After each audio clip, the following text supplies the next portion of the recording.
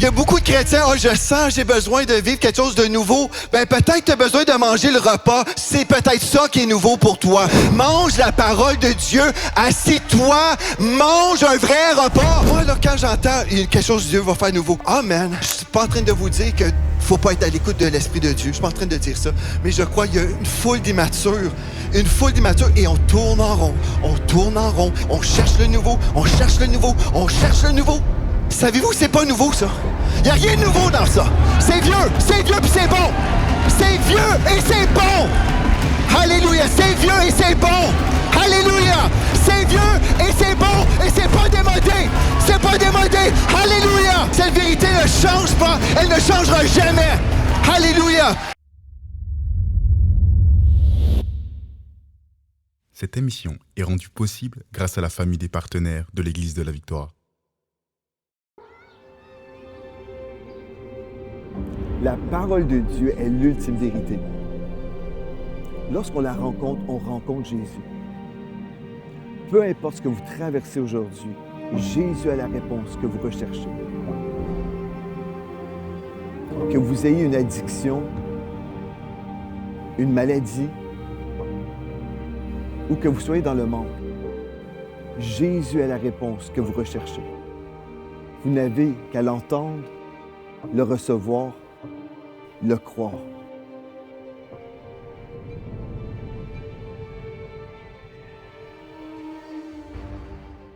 Les discours humains n'ont pas de substance spirituelle. Je peux vous raconter des témoignages de ma vie et les témoignages devraient renchérir, appuyer la vérité de la parole de Dieu. Mais si je partage toujours mes histoires, puis j'ai pas la parole, si vous êtes, en fait, je vous nourris pas. Savez-vous ce qui se passe dans notre monde chrétien?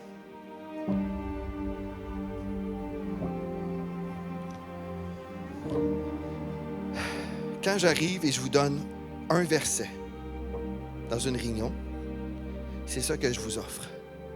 Voyez, je vous offre, non, c'est du pain. Je vous donne des miettes, un verset. Et là, je suis en train de vous dire, là, c'est tout ce que tu as le droit de manger. Des petites miettes. Vous les voyez, les miettes? Mais pourtant, Dieu veut vous offrir ça tous les jours. Amen, la parole de Dieu.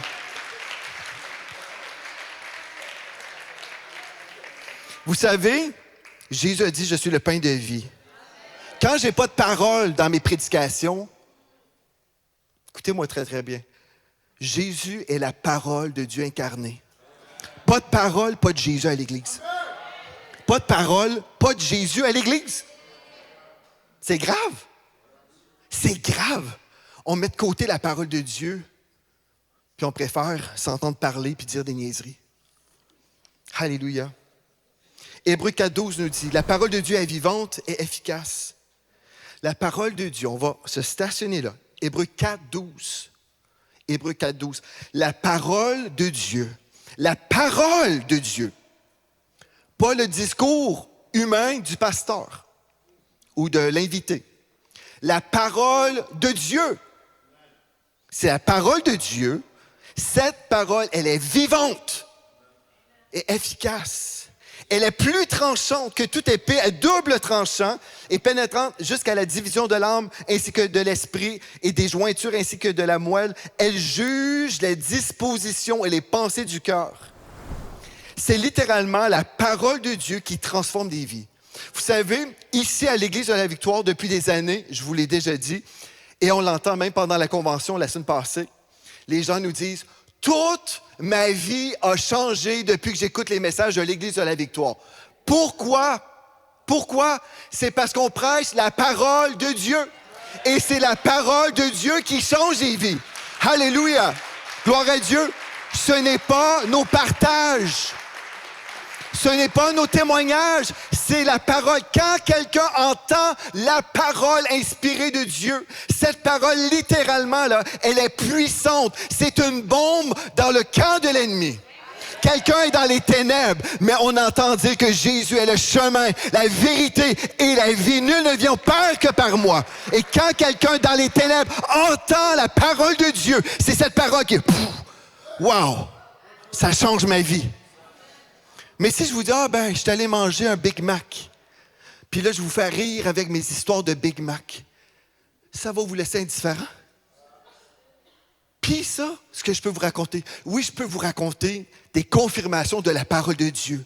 Mais si je passe mon temps à vous parler de plein de choses et pas la parole de Dieu, j'aurais failli à ma tâche. Et il y en a plusieurs qui ont besoin de déposer le micro et de se mettre à genoux et dire, Seigneur, je me repens d'avoir pris un micro quand j'aurais pas dû prendre un micro. Il y en a qui ont hâte d'avoir un micro. Ben moi, je suis d'accord. Prenez un micro si Dieu vous dit, c'est le temps de parler. Mes frères et sœurs, on a besoin de revenir à la parole de Dieu. On a besoin de revenir à la parole de Dieu. Alléluia. Actes, chapitre 17 au verset 11. Et vous savez, moi, là, je n'ai pas besoin d'être populaire. Je n'ai jamais tenté d'être populaire. Pourquoi? Parce que la popularité, là, c'est le chemin qui est large. J'ai pas besoin d'être populaire. Moi, ce que je veux, c'est être fidèle à Dieu et que vous soyez fidèles à Dieu aussi.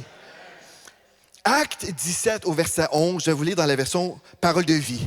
Les Juifs de Bérée étaient plus ouverts que ceux de Thessalonique. Ils accueillaient la parole avec beaucoup de respect. Ils accueillaient la parole de Dieu avec beaucoup de respect.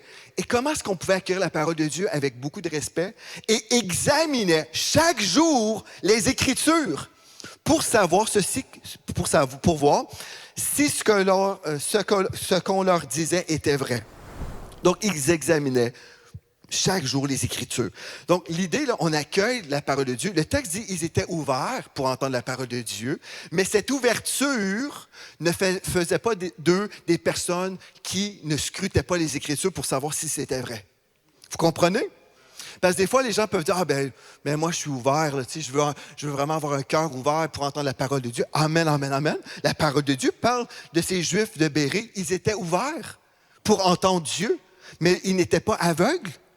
Donc, ils prenaient le temps, ils étaient ouverts, et puis après, ce qu'ils avaient entendu devait passer par le triage. Est-ce que c'est vraiment la parole de Dieu? Vous savez une façon que vous pouvez savoir si c'est vraiment la parole de Dieu? Quand on ouvre la Bible. Quand j'ouvre la Bible, je vous prêche la Bible, vous pouvez le voir, c'est dans la Bible.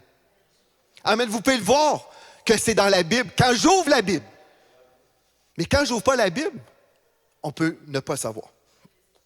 Alléluia. Gloire à Dieu. Et attention, je veux vous dire, je crois dans la prophétie. 1 Corinthiens 14, 3 nous dit ici que la prophétie parle aux hommes.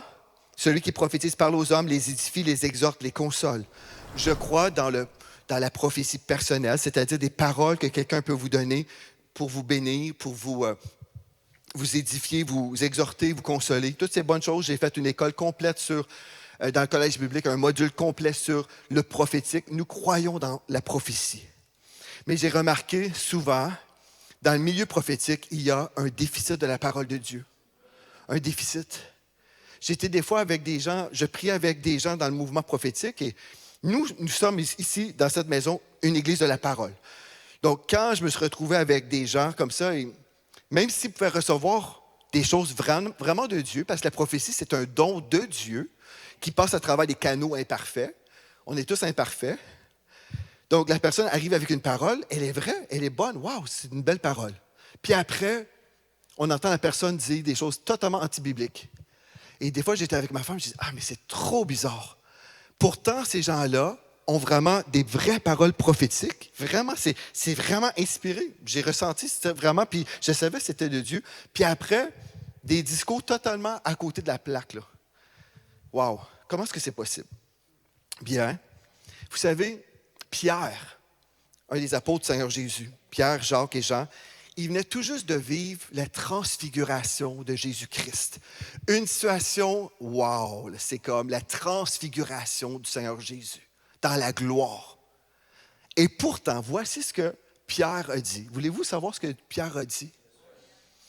Moi, je trouve ça tellement merveilleux. Donc, je crois dans le prophétique, puis en même temps, la parole de Dieu demeure l'autorité. 2 Pierre 1, 19 nous dit ceci, je vais vous lire dans la version King James, traduite en français. Nous avons aussi, Pierre dit, nous avons aussi une parole de prophétie plus certaine.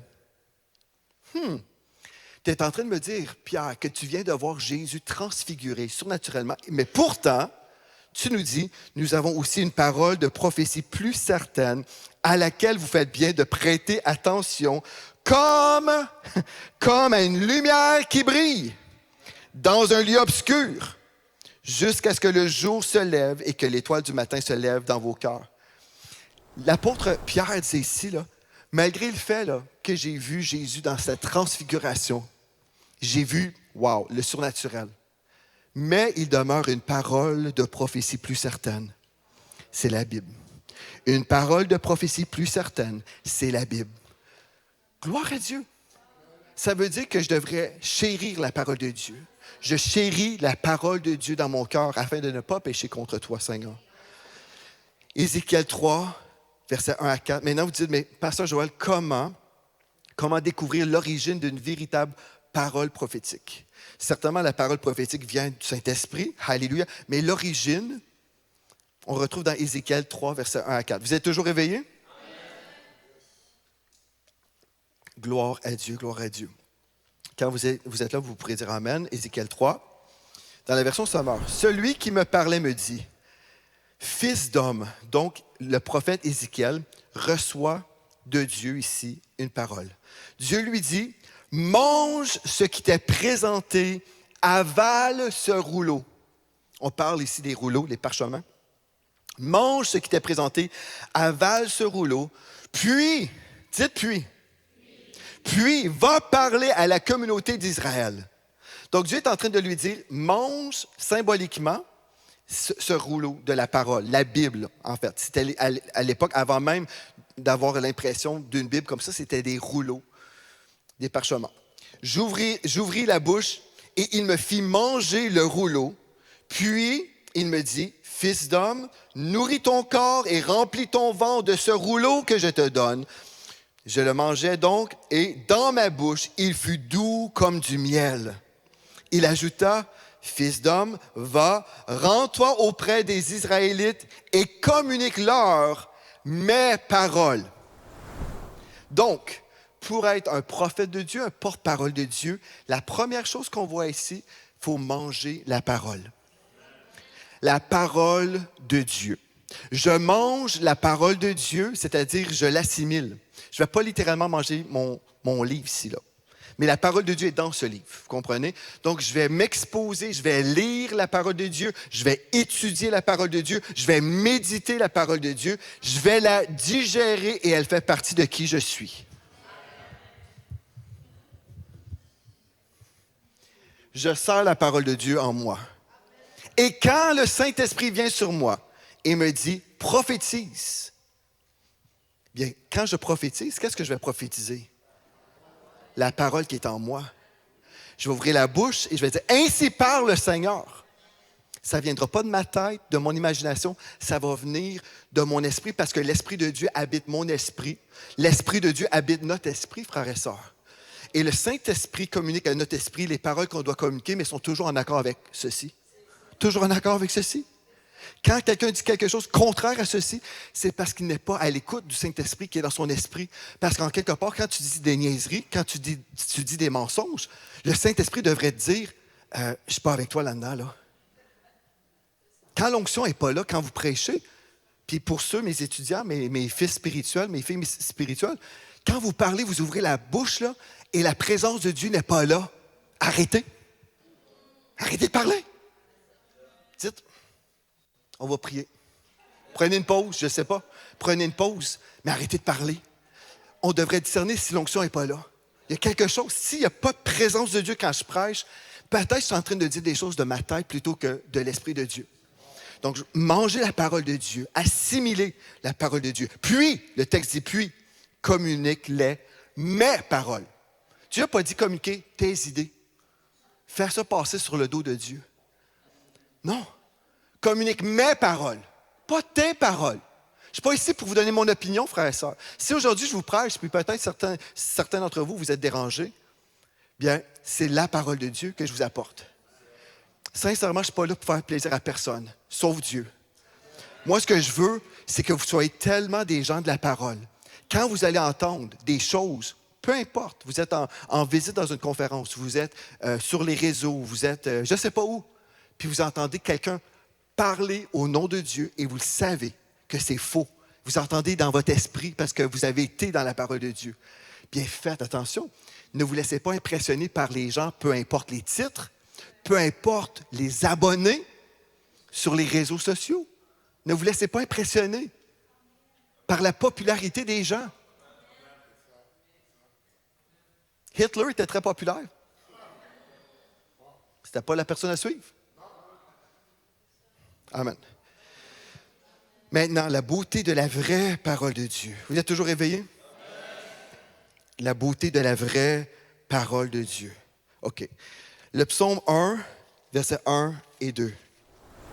Heureux l'homme, ou béni est l'homme qui ne marche pas selon le conseil des méchants, ou les non-chrétiens, si on veut. Si on veut être heureux, béni, ne marchez pas selon le conseil des personnes, des gens de ce monde.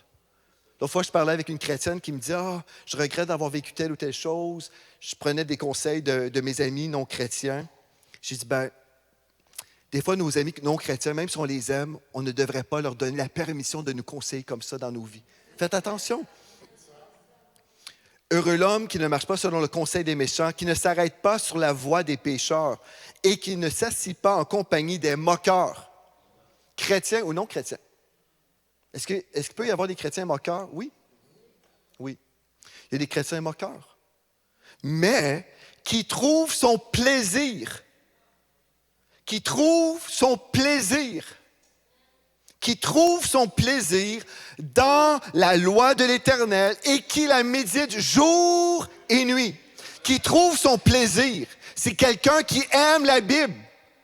Qui trouve son plaisir. Ça me fait plaisir. Si vous dites, ben, ça ne me fait pas plaisir, lisez plus. La faim vient en mangeant. Lisez plus, vous allez goûter, vous allez voir que l'Éternel est bon, que sa parole est bonne. Amen. Mais peut-être aujourd'hui, si vous dites, ben, j'aime pas vraiment lire la Bible, c'est parce que vous avez peut-être vous avez une Bible que vous ne comprenez pas. Trouvez-vous une version facile à comprendre. Si vous la comprenez, vous allez trouver ça plus fun. Amen. Donc, Parole de vie, c'est une version hyper simple.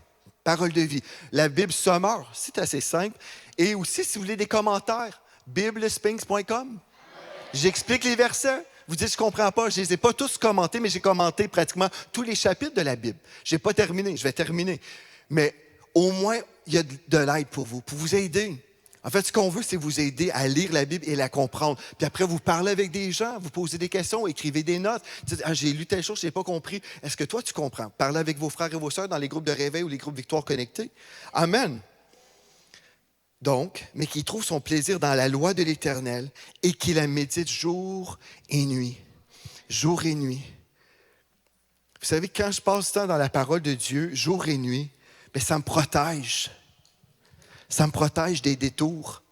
Ça me protège des alliances que Dieu ne m'appelle pas à avoir. Combien de personnes sont dans des alliances qu'ils ne devraient pas entretenir? Amen. Je ne sais pas si vous me suivez. Mais moi, là, je vais m'associer à quelqu'un qui prêche la Bible. Quelqu'un qui ne prêche pas la Bible, qui prêche ses idées, je peux pas marcher avec lui. Parce que tu emmènes des gens dans un précipice. Je ne veux pas marcher avec toi. Je veux marcher avec Dieu. Oui, mais j'aime Jésus. Moi aussi, je t'aime.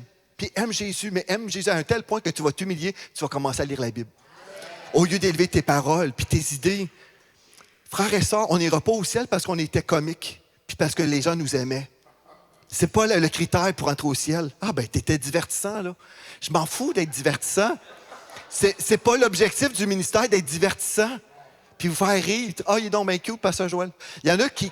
En fait, il y a des gens peut-être qui disent, moi, je le déteste, ce pasteur-là. C'est correct. Mais si tu rentres au ciel parce que tu as cru ce que j'ai prêché, c'est bon. Gloire à Dieu, je vais être content de ça. Amen. Alléluia. Il y a des gens qui m'ont détesté, puis après, ils m'ont aimé.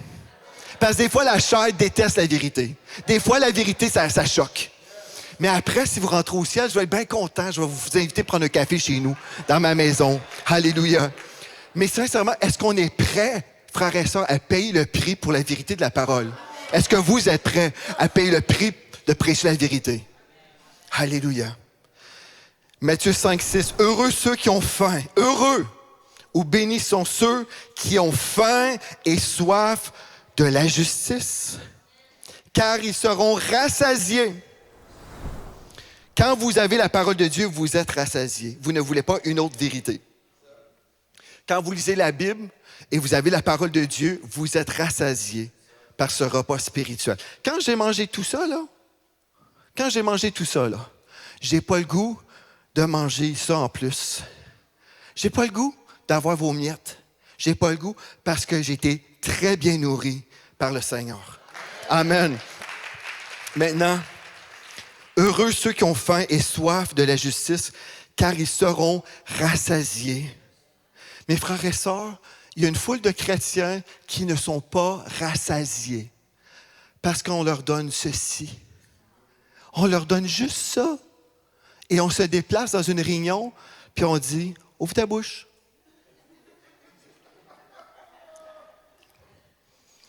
Là, qu'est-ce qui se passe? Je me sens pas nourri dans cette église-là. Je me sens pas nourri. Mais là, quelqu'un arrive et annonce, remarquez une chose, c'est du copier-coller. Copier-coller. Toute ma vie, j'ai vu ça. Le chrétien immature, je vais déranger d'autres mondes, là. Le chrétien immature veut toujours quelque chose de nouveau.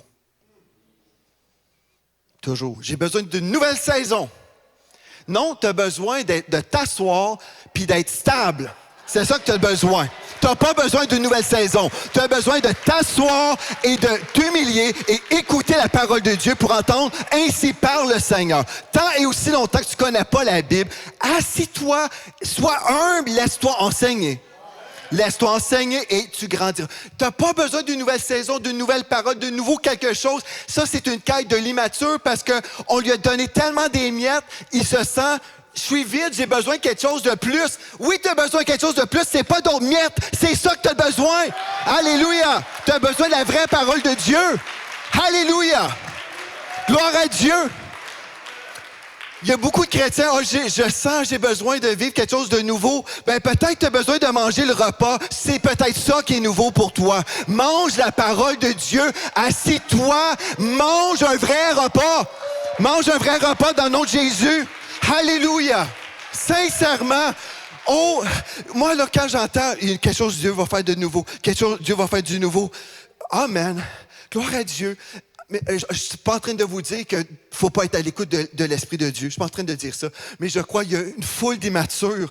Et on tourne en rond et on n'accomplit rien pour l'avancement du corps de Christ. On tourne en rond, on cherche le nouveau. Ceux qui n'ont pas compris, je cherche le nouveau ici. Je cherche le nouveau là-bas. Je cherche le nouveau. Savez-vous que c'est pas nouveau, ça? Il n'y a rien de nouveau dans ça. C'est vieux puis c'est bon. C'est vieux et c'est bon. Alléluia, c'est vieux et c'est bon. Alléluia, c'est vieux et c'est bon et c'est pas démodé. Alléluia, pour la vérité de la parole de Dieu qui ne change pas. Cette vérité ne change pas, elle ne changera jamais. Alléluia, dans le nom de Jésus. Matthieu 24, 35 nous dit... Le ciel et la terre passeront, mais mes paroles ne passeront pas. Mes paroles ne passeront pas. Alléluia. Gloire à Dieu. Vous êtes toujours réveillés? Maintenant. Alléluia. Le danger des temps de la fin. Frères et sœurs. Luc 18, 8. Jésus a dit ceci. Quand le Fils de l'homme viendra, trouvera-t-il la foi sur la terre? C'est une question, là. Trouvera-t-il la foi sur la terre? Dans les temps de la fin, frères et sœurs, même si je crois, oui, je crois au réveil, c'est-à-dire la révélation du salut en Jésus-Christ avant la trompette, avant l'enlèvement de l'Église, j'y crois de tout mon cœur. Et je crois qu'on est en train de vivre ça là. On est en train de le vivre là, partout à travers le monde. Les gens se tournent vers Jésus-Christ. Les athées se tournent vers Jésus-Christ. On est en train de le vivre là. Mais c'est pas obligé de durer 2 ans. Ça peut durer un autre 2 semaines. Ça peut juste être 2 semaines. Puis, Moi, je ne sais pas l'heure ni le jour, mais je vais vous dire une chose, on vit dans les temps de la fin. Puis, en fait, ce que la parole de Dieu nous dit, c'est que la société serait tellement dans le péché, ça serait épouvantable, que dans les derniers temps, les ténèbres seraient partout sur la terre. Il y a un mouvement qui dit, dans le monde chrétien, puis les gens aiment beaucoup le Seigneur Jésus, mais on peut aimer Jésus, être sincère, mais sincèrement dans l'erreur. Il y a cette fausse doctrine qui circule depuis longtemps, où on dit, on va tellement amener la gloire de Dieu que toute la planète va être révolutionnée par nous. Et là, Jésus va pouvoir revenir. On va tellement rénover la planète, on va tellement transformer la planète. Là, Jésus va revenir quand tout va être beau. C'est un mensonge. C'est parce que les gens n'ont pas lu la Bible. La Bible ne dit pas ça, là. La Bible dit, non, ça va aller de pire en pire. Les temps seront difficiles. Les temps seront difficiles. C'est ça que la Bible nous dit. Donc, si les temps vont être difficiles, qu'est-ce que j'ai besoin de faire? C'est connaître la parole de Dieu. Connaître la parole de Dieu pour savoir comment agir dans ces temps difficiles. Amen. 1 Jean 4:1 nous dit ceci. Mais attention, mes chers amis, ne vous fiez pas à n'importe quel esprit. Mettez les esprits à l'épreuve, ou dans la version seconde, éprouvez les esprits pour voir s'ils viennent de Dieu. Car bien des prophètes de mensonges sont répandus à travers le monde. Bien, écoutez, dans la version Louis II, ça nous dit des faux prophètes. Mais en fait, il y a des gens qui disent des mensonges, puis ils ne sont pas forcément des faux prophètes. Ils donnent des fausses paroles. Comprenez, on peut aimer Jésus puis être mélangé dans notre enseignement. Vous comprenez? Il y a des gens qu'on peut aimer, sont juste mélangés. Car bien des prophètes de mensonges, mais ça demeure que quand on parle au nom de Dieu, puis on dit des mensonges, on est un prophète de mensonges. C'est ça que la Bible dit. Donc la Bible dit, faites attention. Faites attention à ce que vous mangez. Des fois, on peut parler juste des miettes, mais si ça, c'était une miette de poison, puis vous mettez ça ici, là, puis je disais, choisissez un morceau. Puis il y en a juste un qui peut vous tuer. Peut-être vous diriez, je pense que je n'en mangerai pas du tout. Donc attention, faites attention. Romains 3,4 nous dit que Dieu soit reconnu comme disant la vérité et tout homme qui s'oppose à lui comme menteur. Donc, on devrait faire confiance à Dieu et pas aux hommes. Les hommes peuvent se tromper. Voici, par exemple, je vais aller tout de suite dans 2 Pierre 2, 17 à 18. Ce texte nous dit, « Ces enseignants de mensonges sont comme des sources qui ne donnent pas d'eau. » Ceux qui mentent, ceux qui tordent les Écritures, sans savoir. Il y en a beaucoup qui ne savent pas, là. C'est juste parce qu'ils n'ont pas lu la Bible ou ils ne l'ont pas assez étudiée. Et puis, ils ont pris un micro parce qu'ils ont entendu quelque chose de bien. Ils pensaient, ah, ça c'est cool, c'est bon, ah, j'aime ça. Puis là, ils prennent le micro, puis ils disent toutes sortes de mensonges. Mais ces enseignants de mensonges sont comme des sources qui ne donnent pas d'eau. Ça, c'est décevant en titi. Quand vous êtes dans un désert spirituel, vous êtes là, vous avez soif. Vous avez soif. Et vous êtes là, je ne sais pas si vous avez déjà vu des films de Hollywood où il y a comme un grand désert, le vent est là, le soleil est là, puis là, on voit la personne qui est en train de... Personne ne veut s'approcher d'un puits. Et le texte dit, ces enseignants de mensonges sont comme des sources qui ne donnent pas d'eau. Ou dans King James, ça dit des puits sans eau. Donc, on est là, on va puiser et il n'y a absolument rien. Rien du tout. Mais c'est ça que les faux enseignants sont dans le royaume. Ils ne donnent pas d'eau. Comme des nuages poussés par la tempête, Dieu leur a réservé une place dans les ténèbres les plus profondes. Ça a de l'air que c'est grave de parler au nom de Dieu et de dire des niaiseries. Ça a de l'air que c'est grave. La priorité maintenant de la parole de Dieu. Vous êtes toujours réveillés? La priorité. Toute écriture est inspirée de Dieu. Toute écriture est inspirée de Dieu et utile. Utile pour faire quoi? Pour enseigner, pour convaincre, pour corriger, pour instruire dans la justice, afin que l'homme de Dieu soit accompli et propre à toute bonne œuvre. Ça, c'est 2 Timothée 3, 16 à 17. Toute écriture est inspirée de Dieu. Et mon dernier passage pour ce matin, c'est 2 Timothée 2, 15. Si Dieu vous appelle à prêcher, bien ceci, c'est un commandement pour vous. Et si vous êtes un chrétien, c'est aussi bon pour vous, parce qu'on est tous appelés à faire ceci. Efforce-toi de te présenter devant Dieu comme un homme éprouvé, un ouvrier qui n'a point à rougir, qui dispense droitement la parole de la vérité ou qui transmet correctement la parole de vérité.